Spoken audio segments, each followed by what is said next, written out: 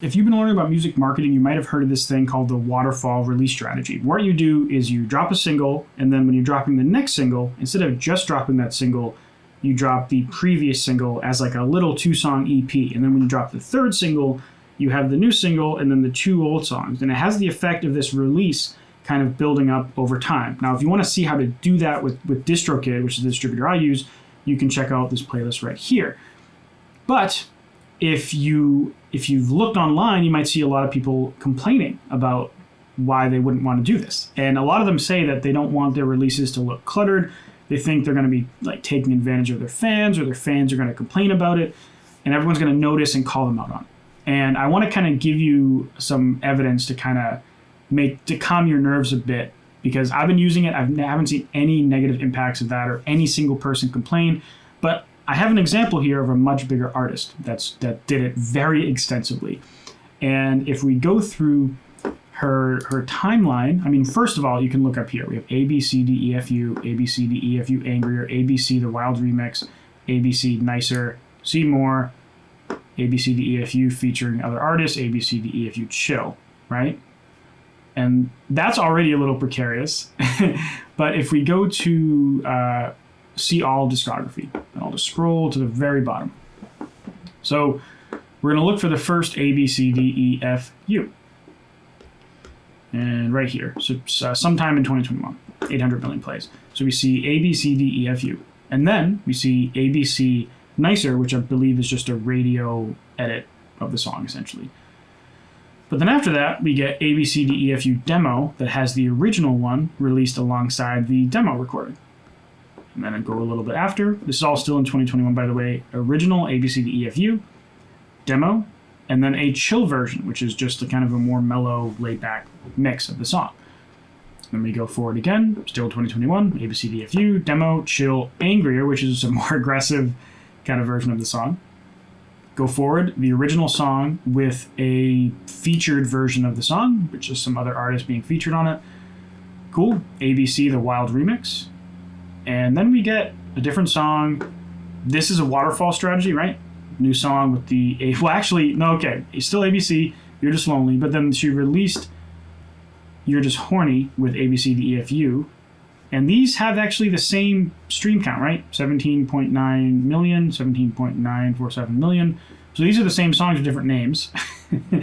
I think this is like an explicit version, but released with ABCDEFU. And then we have that song released again with an emotional version, new song with a feature or collaborative, and then we have an EP. And this has ABCDEFU and some of the songs that were already released, and then new song. But then she released that song again, Black Bear collab, released the Black Bear collab again with some other songs that she already released in the new one. And if I go back and I look for albums, actually no, that is it. So now, what is the total count of that, right? I'll count that and then report back.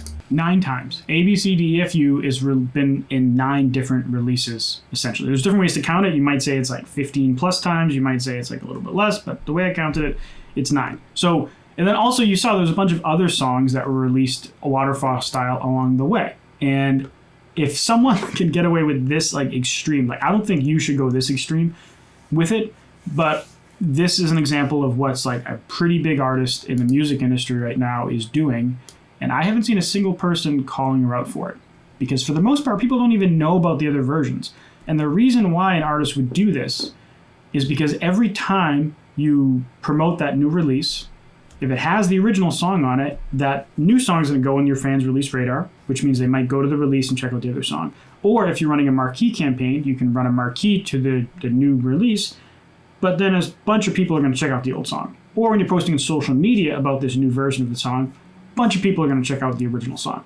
So I'm assuming she noticed that every time she dropped a new one, not only was it a new revenue stream for the song, but also it was driving a substantial amount of pushback to that song. And now we're led with this song that has 800 million streams. Never mind all the other stuff that went behind it and social media and all that.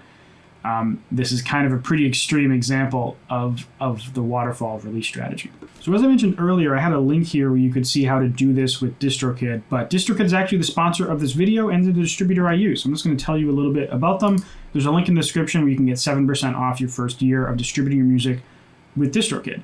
And they have plans starting at $19.99 a year. I would recommend the $35.99 a year plan, the Musician Plus, because that's what you need to do the Waterfall release strategy, Musician Plus.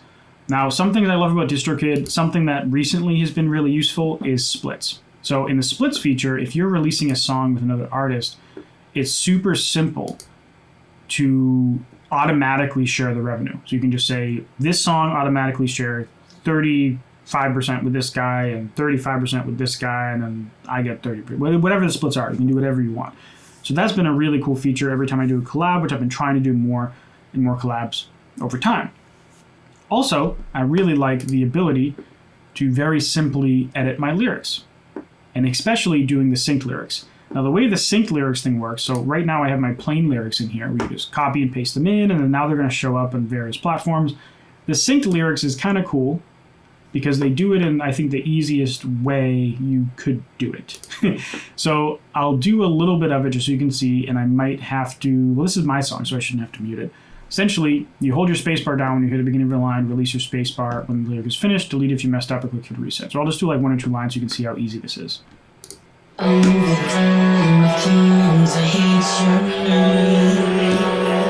go. First time. There we go.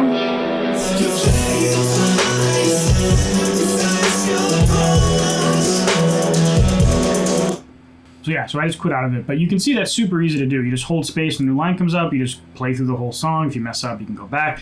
And then now you have synced lyrics, so if you're like on Apple Music and I think Spotify and Instagram, that makes it their song like much more engaging when you're sharing it, or people are looking at that like play page. It's not just the cover artwork, they can actually scroll through the lyrics, even click on a lyric to start playing from that moment, which is a cool feature, and DistroKid has had it for quite a while now, actually. But it's very useful. It's I don't do it for every song, but I want to do it for every song. And the last thing I want to talk about with DistroKid is their Visi platform. If you need visualizers, just a quick and dirty one that gets the job done, you can go inside of this Visi tool here, and for I think it's like $8 or $9, you can generate a visualizer. So if I go in here and I do view, you're going to see that I already have one for this song. And I'll turn off the audio and just kind of show you a bit. It's just a visualizer, right? Shows the artwork. It has some motion as the audio plays. I guess my internet is going slow right now. And these are all the ones I do. And so I do make lyric videos for my songs, but those are much more expensive and they take several weeks. This takes a couple hours and it costs like $8 or $9. So this is a great solution just to start throwing your music on YouTube for very low cost. And it's just built in DistroKid, so you don't have to like find a third-party platform or hire someone on Fiverr that you don't know the quality. Like, you get a preview, you know what you're getting, you pay the $9, you get it next morning kind of thing, or a couple hours. So yeah, DistroKid sponsored this video. Check them out. I've been using them for years now. And yeah, if you want to learn more about how to market your music online, either for free or using paid methods, you can check out this playlist right here. And if you want to see whatever YouTube thinks you should watch next on my channel, you can check out that video right there. Anyways, thanks for watching, and I'll see you in the next one. Bye.